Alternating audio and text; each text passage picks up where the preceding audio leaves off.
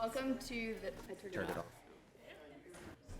Welcome to the Middletown City Council meeting of Tuesday, January 7th, 2020. Please join me for a moment of meditation followed by the Pledge of Allegiance to the American flag.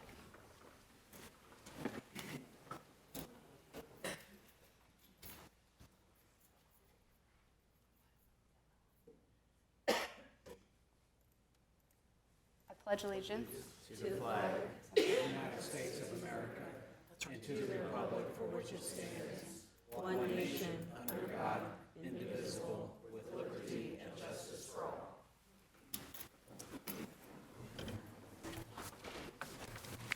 So seeing as this is my first use of a gavel ever, I thought I would give you all a brief history of the gavel, which I looked up myself.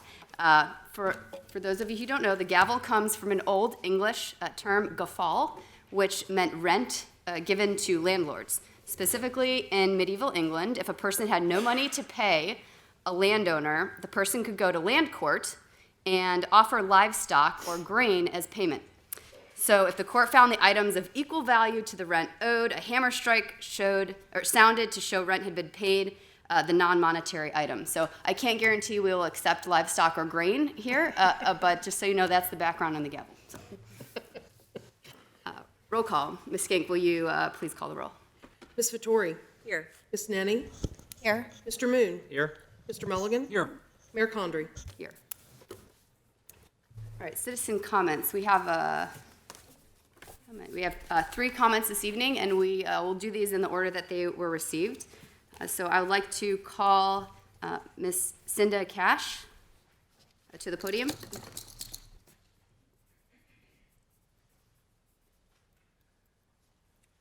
Ms. Cash, please state your name and your address for the record. Cinda Cash, 1325 First Avenue. And I'm here to ask the council to support passing the certified local government. I bought my home on First Avenue and moved in May 31st, 2002. It was drug infested and prostitute ridden, and it was pretty scary. And there really wasn't much downtown.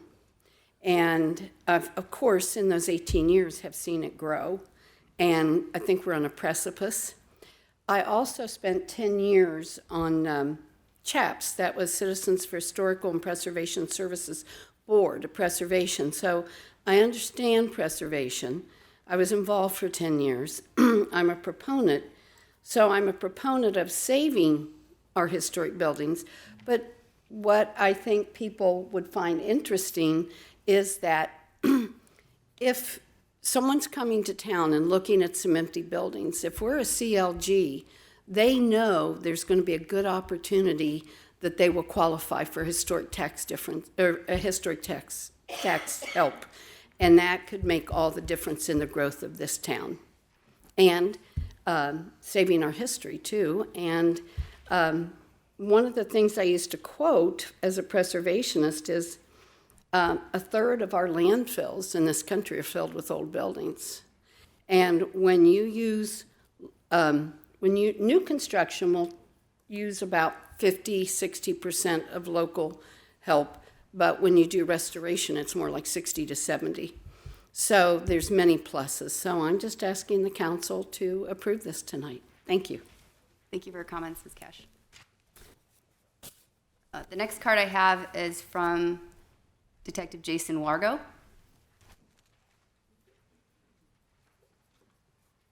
Please state your name and address for the record. Detective Jason Wargo, 1 Downham Plaza, the police department. I just wanted to come up tonight and congratulate our new mayor, our vice mayor in re-election, and Ms. Nenny on her election also. And I know it's a little premature, but I want to congratulate our soon-to-be chief, Dave Burke. He's around here somewhere. And just on behalf of the members of the FOP 36, we look forward to working with everyone in the future. All right, thank you. Thank you very much. And our third and final card is from Ms. Dora Bronston. Good evening. My name is Dora Bronston, 4817 Earl Avenue.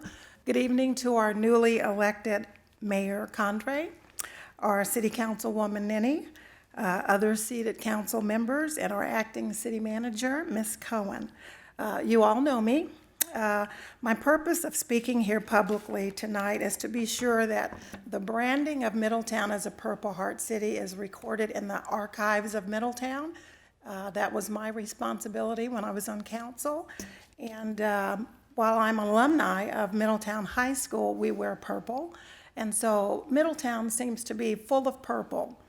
My husband, who is a decorated Marine, a veteran, a recipient of 3 Purple Hearts, a Bronze Star, a Silver Star, including paratrooping, scuba diving, jungle warfare training, and other citations. He enlisted 3 tours in Vietnam. He was on the front lines in the 1/9 Walking Dead, and he came out alive. Living with him for over 20 years has been very difficult due to his PTSD. During my term as vice mayor, Todd Tadich, who's a member of the VFW Post 3809, took it upon ourselves to represent our veterans in Middletown. And so Mr. Adkins was directed to do the legwork, and thanks to him and his staff, we are now called the Middletown Purple Heart City. As community leaders, we must all be aware of our demographics in our community so that we represent them well. Statistics show that Ohio is the 4th largest state populated by veterans. Statistics also show that 22 veterans commit suicide daily due to a lack of help for their physical, emotional, and mental needs. According to the Alzheimer's Association, 60% of veterans who suffer from PTSD and TBI, which are traumatic brain injuries, have a greater chance of developing dementia. My husband is an example of that. Many veterans are homeless. If veterans are misdiagnosed based on these diagnoses, they receive neither financial nor health benefits. Many of them are developmentally disabled due to entering service at a young age, and traumatic things happen during combat. These are all public health issues, and that's how it ties in here. I personally want to see more support of our veteran community, and I believe that our new mayor was probably elected with their help. And finally, in case that light flashes on me, when I think of purple in our city, I think of the colors red and blue, which make purple. Politically speaking, we are praying for purple in Middletown. Though you ran nonpartisan, we're Democrats and Republicans, blue and red, but we work together to complete our tasks. We want you all to represent the residents in purple unity in Middletown. We are not fighting one another. Our comrades in arms fought an enemy together. Look how much we can accomplish together. Presently, I'm working with Christie's Home Health Care to address some of the needs of our veterans. Seems to be my new platform. They seem to be often forgotten and the unaddressed pockets of people in our community. Thank you for your time in considering our veterans, and as my husband would say, Semper Fi. Thank you very much, Ms. Bronson. I personally appreciate your comments a lot. All right, the next agenda item is city manager reports. Ms. Cohen. Thank you, ma'am. I am going to keep my comments hopefully relatively quick this evening as we have a crowded house, but I did want to address the unfortunate fire that occurred this week at the Middletown Paperwork site. Just to get out some information, I first want to thank all of our first responders who worked tirelessly at this scene. We had first responders starting at this fire at 6:40 a.m. on January 1st, up to and including 6 p.m. on Friday, January 3rd. This accounts for 1,508 man-hours for the city of Middletown alone. That does not include any of our surrounding communities that graciously came to help us. As I'm sure you have been aware, there was one person arrested for the fire. That will work itself out in court. In the meantime, we are going to be pursuing a few options for this site. First of all, we are looking at this point, up to this point, approximately $100,000 in demolition costs. So everyone is aware that $100,000 was necessary to do two things. One, the structural integrity of the site was questionable enough that we were not able to send our firefighters into the site safely without having some of the structure removed. So the first part of that cost was addressing the ability to get the fire out. There were also initial reports that there may in fact be necessity for a search and rescue mission on human remains. Thankfully, by the grace of God, there was no indication when all was said and done that there were human remains in the facility. But we did authorize the expenditure to try and make sure that that was true and that we weren't able to recover any remains. Now we get to the point of what do we do about it? Just give us a bit of background on this property. As you know, this property was owned by a BP Logan Corporation. It has been abandoned for years. Because of the unpaid taxes, the Butler County Common Pleas Court foreclosed on the property. That took from 2018 to late 2019. Most of that time was due to the fact they could not get service on the owner of BP Logan. There was some problems with the court proceeding. It was finally foreclosed on in mid-year 2019. They attempted 2 sheriff sales, which is the procedure for foreclosed property. No suitable buyer stepped forward to buy that property in November. And in December of 19, it was certified forfeited to the state. There is a bit of a gray area here because while the entry was put on, it is not actually showing transferred to the state yet. So there's going to be some discussion legally about who was the owner of this property at the time of the actual fire. But we are where we are at this point. I wanted to give you that update on, we will be working in the next couple of weeks to finalize the bills we have up to this point in time. And I am working with Mr. Yoder and the folks at Frost Brown Todd to seek out any legal remedy we have to try and recover those costs that we've put out. I can't promise that we're going to get anything, but I can tell you we are exhausting every single option we can think of, and I will bring those to you as we are able to do so. It is just a little bit too early at this point in time. But thankfully, all of our staff and our firefighters that worked so tirelessly at this scene are safe. There were no human remains recovered at the site, and we will work to fix the cleanup just as soon as we are able to do so. There's also some ongoing discussions today about working on grant money to start acquiring the site and addressing any environmental remediation that needs to be done so we can start cleaning up the site for this community. It is going to be a long process, but please be aware we hear you. We know that this needs to be cleaned up, but it's just going to be as quick as we can get it done. And that is all I have. Thank you. Thanks, Ms. Cohen. Ms. Kink, will you please present the consent agenda? For your consideration this evening, we have to receive and file the Board and Commission minutes from the Board of Zoning Appeals from June the 5th, 2019, the Historic Commission from July 18th, 2019, and the Planning Commission from August the 14th and September 11th, 2019. To confirm the personnel appointments of Adam Grindstaff to the position of Patrol Officer in the Department of Public Safety, Division of Police, and Aaron Cato to the position of Police Records Clerk in the Department of Public Safety, Division of Police.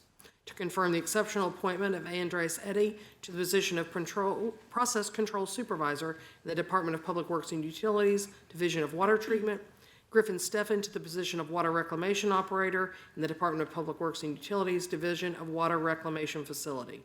To receive and file oaths of office for Council Members Talbot Moon and Monica Nenny and Mayor Nicole Condry. To receive and file a maintenance bond submitted by Sawyer's Mill Project 1, LLC, guaranteeing public improvements constructed as part of Sawyer's Mill Section 2 subdivision. We need a motion to adopt the agenda. So moved. Second. Ms. Kink, call the roll, please. Ms. Nenny. Yes. Mr. Moon. Yes. Mr. Mulligan. Yes. Mayor Condry. Yes. Ms. Vettori. Yes. All right, and now, well, I would like to think that you all are here just to support the new council. I believe there's someone a little bit more important that's drawing the crowd today. So we'll do the pinning ceremony for Chief Burke. Susan, if you want to. I'm going to come over here so we can get some good pictures, but tonight I'm here for one of my happiest celebrations we get to see at these meetings. We are here to officially welcome the promotion of David Burke to the position of Chief of the Middletown Division of Police. Following his studies, Chief Burke started his career with the city of Middletown in 1997 as a patrol officer. He held the rank of patrol officer from 1997 to 2006. During this time, he served admirably on the street, worked as a field training officer for newer officers, worked as a special operations detective. Officer Burke was promoted to the rank of sergeant in 2006. As a sergeant, he worked in patrol as well as special operations and was the commander for the Honor Guard as well as working as a SWAT commander. During this time, he also was a training specialist for the department and a proven leader. He was promoted to lieutenant in 2017. During his time as lieutenant, he served as commander of the patrol staff, continued to supervise the daily activities of the police department, and worked to improve the training for our officers as well as the community. This dedication to the department and the community is evident in the hours he spent working operations, teaching classes to officers, participating in numerous community events, and spearheading training for local schools, organizations, and churches. And as many know, as the keeper of the department budget, he has improved efficiencies, helped address cost-saving measures, and helped the department score extra grants and funds to move forward. I could continue here by reading numerous educational accomplishments and specialty training, but I fear we may be here all night. Needless to say, Chief Burke has spent a career working hard for his family, his fellow officers, and the city of Middletown. He and I have spoken about his plans and vision for the future of Middletown Police. I am positive we are headed into a bright future with his leadership. The only thing Chief Burke likes to discuss more than work and how the Packers are doing this season is his beloved family. Tonight we are joined by his wife Kyla, his children Nathan, Megan, and Peyton. I understand all the kids have a quick break from school to be here. Nathan is studying at the University of Louisville in dental school. Megan's studying special education at Wright State, and Peyton is a busy sophomore at Springboro High School. Also joining us here are his parents, Chuck and Margie, along with many friends and family. I am proud and honored to welcome Chief David Burke. He will be receiving his new badge this evening with the assistance of his wife.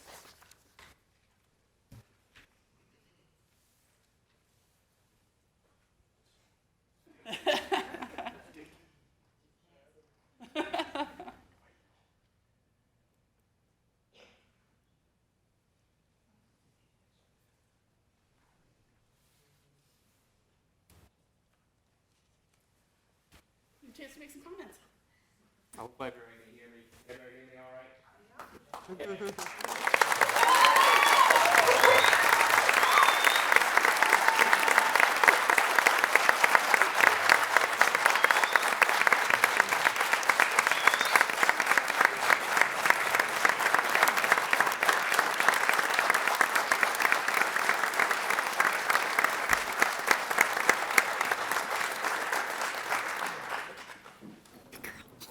Bear with me, a lot of people to thank.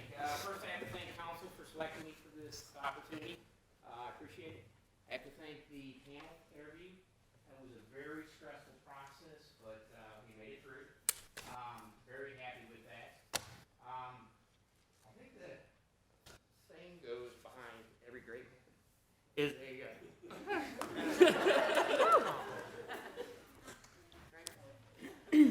is a greater woman, and my wife is that.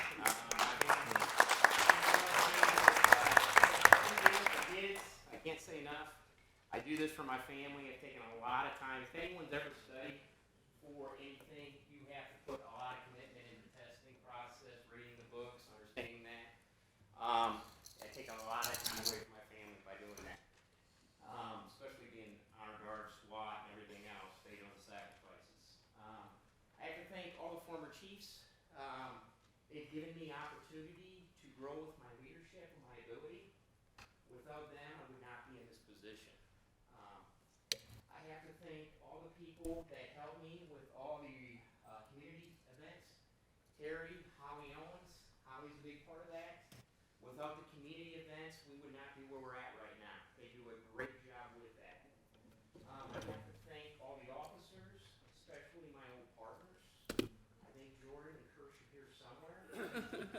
As a officer, when you hear 21 sergeant's office, you're in trouble, right? So over the years, I 21 the sergeant's office a lot. So I learned how to not do things. So, but I grew. They always had my back. That I'm always thankful. Have to thank the community. We do a lot with the community. I'm very proud of this community. I think we have an opportunity right now to, it's unlimited. The future of Middletown is unlimited. Everybody knows me. I'm a huge Packer fan. I'm a huge hockey fan.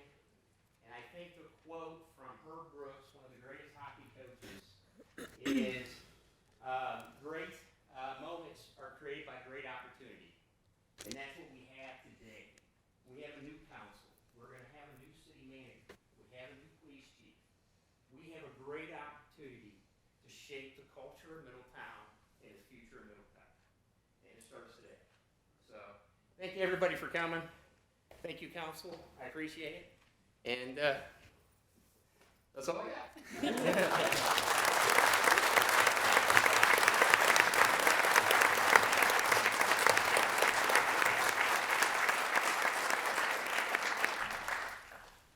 Thank you, Chief. I also wanted to comment that the former police chief, Mearspaw, said he was sorry he couldn't make it tonight and that he's very supportive of you. And I'll just take liberties in quoting him because he didn't give me an exact quote. So I'll go with like a police military theme of don't mess it up. He texted me the same thing. Oh, well, okay. So, thank you. Thank you. All right, moving on, we will, next section are our council comments. Start from the left with Ms. Ninny. All right, well, that was a tough act to follow and the room's clearing out, so congratulations to our new Chief Burke, and I just want to thank the citizens who came forward with comments. Thank you for caring about preservation.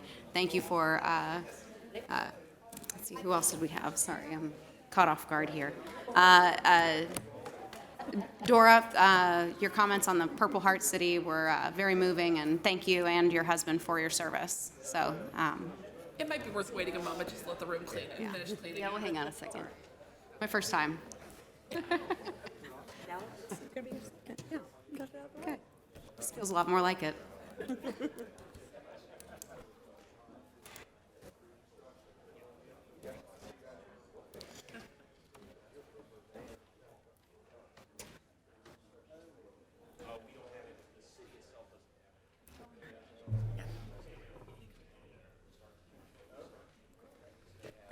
Now that's got a little quieter in here. Continue. Go ahead. Joe. Okay, thank you, Your Honor. Well, first of all, Happy New Year to our new members of council. Welcome. Look forward to working with you. I also extend my congratulations to Chief Burke. Wish him well in his new endeavor. A lot of work to do. He has a well-trained force, but again, as he pointed out in his remarks, plenty of opportunity for us to grow as a city.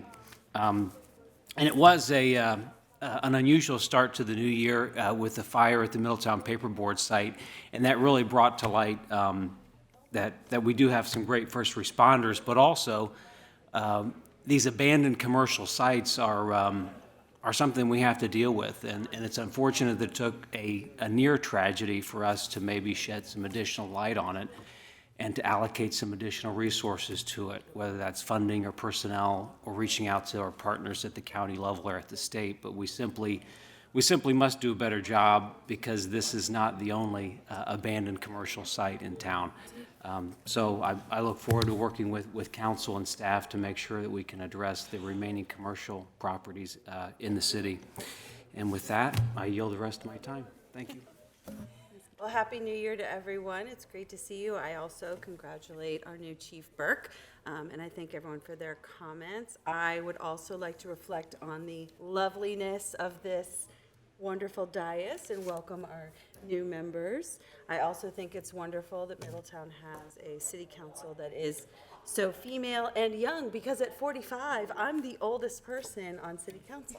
So I think that's pretty great to see Middletown take these steps into progress. So I look forward to working with everyone up here. I would like to reiterate Councilman Mulligan's thoughts in terms of looking at ways to preserve and extend some of the legislation perhaps, or other ways to protect these buildings and our taxpayer dollars in light of the experience we had with the fire. And that's all. Thank you. Mr. Moon. Thank you. Yes, I'd like to also extend congratulations and welcome to Nicole and Monica, and also to Chief Burke. Congratulations. If tonight's outpouring of support is any indication of the impact you're going to have in this community, I have no doubt that you're going to be incredibly successful. On the fire, I'll echo Ms. Cohen's comments. Beyond thankful that no one was injured. It's an unfortunate situation, and I'll just take this opportunity to give a plug to our friends at the state level. I believe it's House Bill 252 that we've had city staff go up to Columbus and testify about. So often these commercial buildings are left up to the local government to deal with. whether they own them at the time or not. And that bill is exploring state funding for some of these abandoned commercial structures. And this is just a case study and an example of a building that could use such support. I would also like to extend my thanks to our fire personnel in Middletown for coming in. I know many of them came in off-duty and did an incredible job. We know it's time away from your families, especially at the holidays, so thank you. And then thank you to the communities that lent mutual aid, because that's not something that they're required to do, I don't believe, and it is very appreciated. And that's all I have.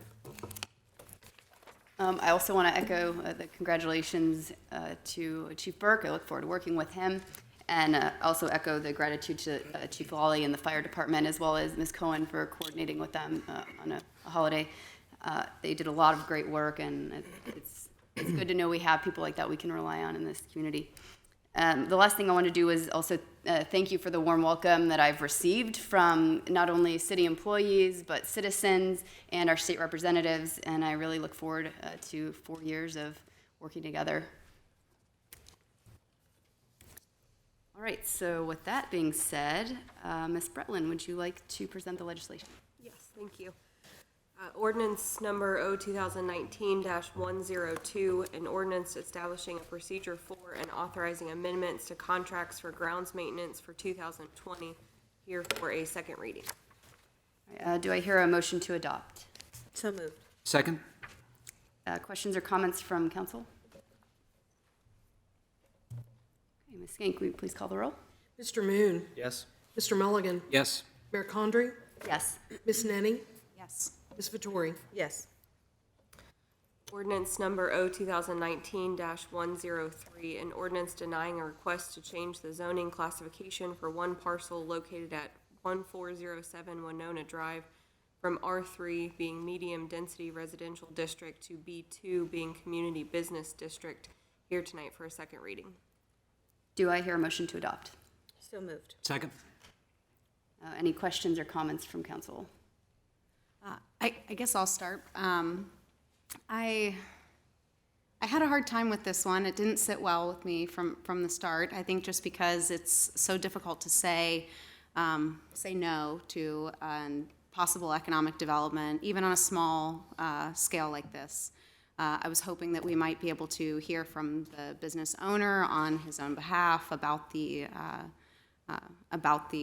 property in question. I went over there myself and checked it out, and it's not an ideal situation at that gas station. I know that there are open issues with the codes out there, broken signs, the awning and the gas pumps, and some issues like that I would like to see addressed before we can really consider changing the zoning for that residential house to eventually be a part of a reconstruction over there. So I guess I just wanted to have it said that I think that is what holds this project back, and hopefully the business owner can make those next steps to improve their outlook if they were to reapply for the zoning variance.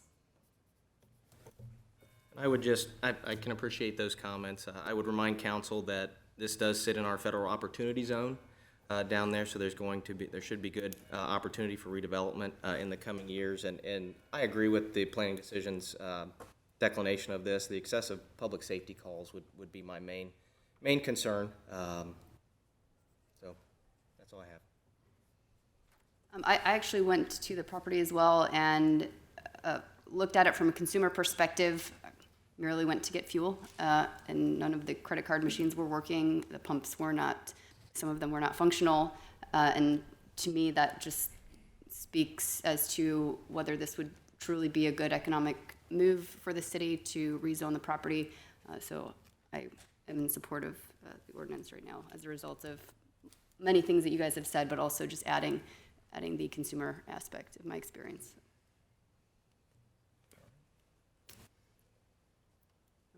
Ms. Skank, will you please call the roll? Mr. Mulligan. Yes. Mayor Condrey. Yes. Ms. Vettori. Yes. Ms. Nenny. Yes. Mr. Moon. Yes?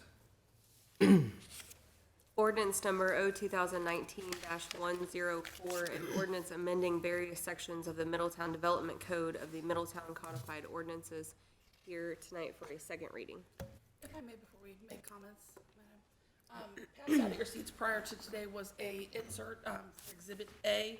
There was a question raised this week about the language and whether it was easily enough to be read in section 1212.03.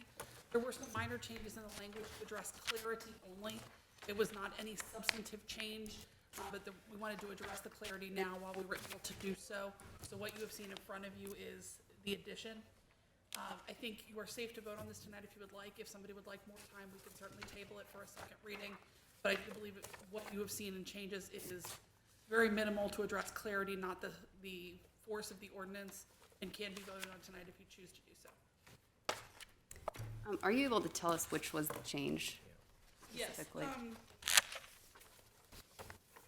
Originally in 1212.03B4, it read, if after an inspection it is found that such building is substandard, the development code administrator shall give written notice, shall be posted to the historic commission, and the owner shall be owner of record or person responsible for the property, and it goes on from there.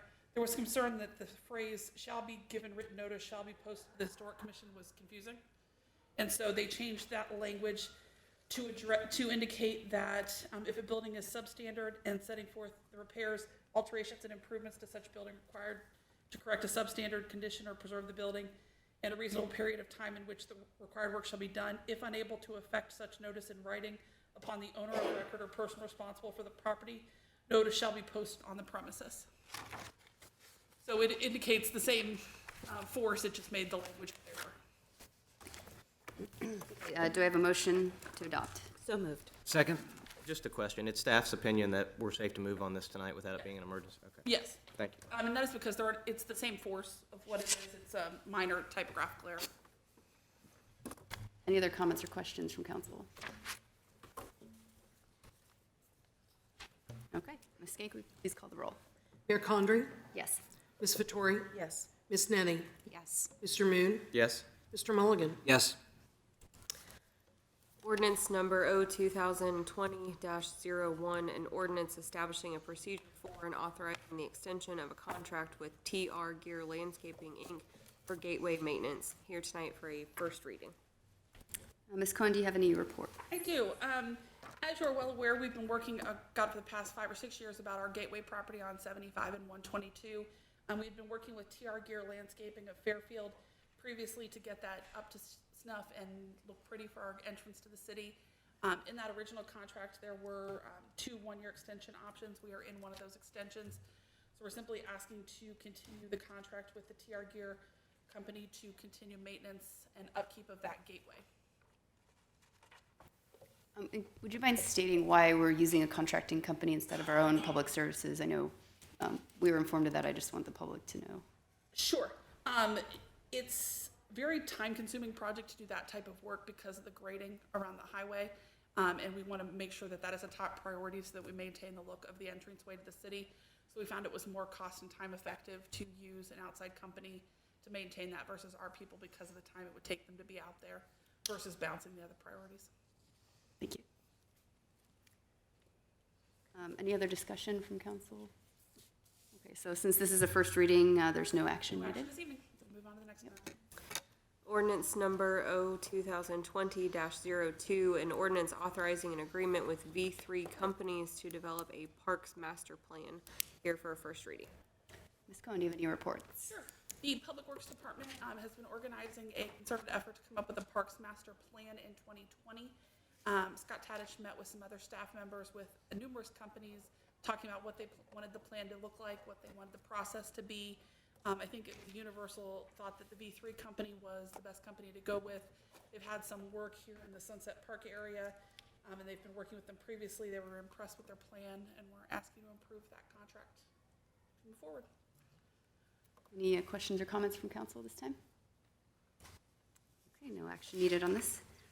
So with that being said, I need a motion under the Ohio Revised Code 121.22G1 to consider the appointment, employment, dismissal, discipline, promotion, demotion, or compensation of a public employee or official. Do I have a motion? So moved. Second. Ms. King, please call the roll. Ms. Vettori? Yes. Ms. Nenny? Yes. Mr. Moon? Yes. Mr. Mulligan? Yes. Mayor Condrey? Yes. So after our executive session, we will reconvene to make appointments to boards and commissions and to appoint a vice mayor. But before we adjourn, I'd like to sign off with a phrase that is used in the aviation industry, which is blue skies. So aviators use this term to wish each other fair wishes and safe travels and good luck. So seeing as we have a very valuable airport in this city, and it's the major reason why I myself am here, until we meet again on 21 January at 5:30 p.m. in council chambers, I would all like to wish you blue skies over Middletown. So other than those issues, we'll be adjourned until that date. Thank you. Thank you. Do I need to? So we're going to go to the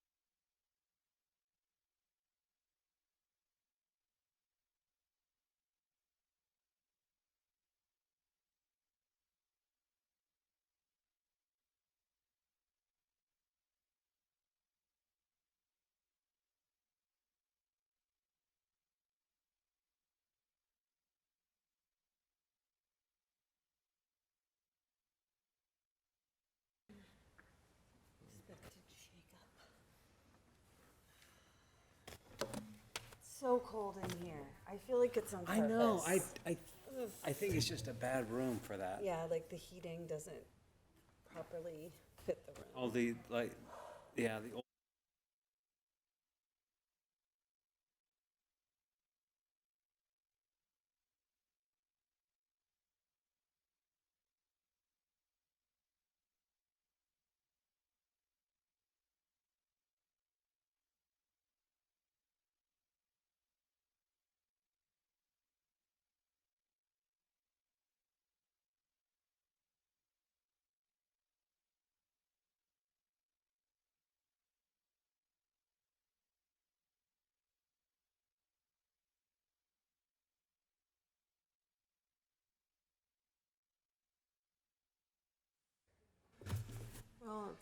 Wait, make sure the recording.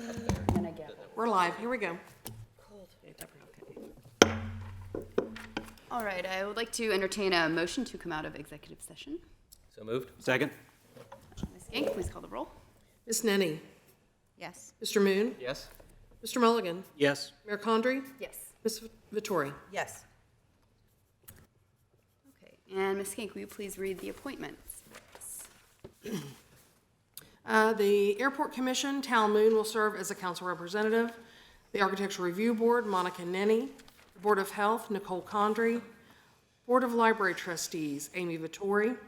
City Planning Commission, Joe Mulligan will serve as the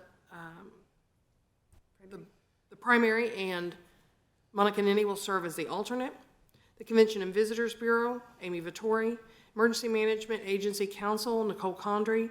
Keep Middletown Beautiful, Monica Nenny. The Master Plan Implementation Committee, Joe Mulligan and Amy Vettori will be the alternate. Middletown Cemetery Board, Nicole Condrey. Middletown Moving Forward will be Ms. Condrey. And Mr. Moon And then, Mr. Mulligan will serve as the alternate. OKI Council of Governments will be Tal Moon with the alternate Joe Mulligan. Park Board will be Amy Vittori. Self Board will be Monica Nenny. Tax Incentive Review Committee will be Nicole Condry. And the Warren County Municipal League representative will be Tal Moon. Joe Mulligan will serve as vice mayor. Do I have a motion to accept? So moved. Second. Ms. Ganku, please call the roll. Mr. Moon? Yes? Mr. Mulligan? Yes. Mayor Condry? Yes. Ms. Nenny? Yes. Ms. Vittori? Yes. Great. We will adjourn this meeting until 21 January at 5:30 PM in council chambers. And until then, blue skies over Middletown. Thank you.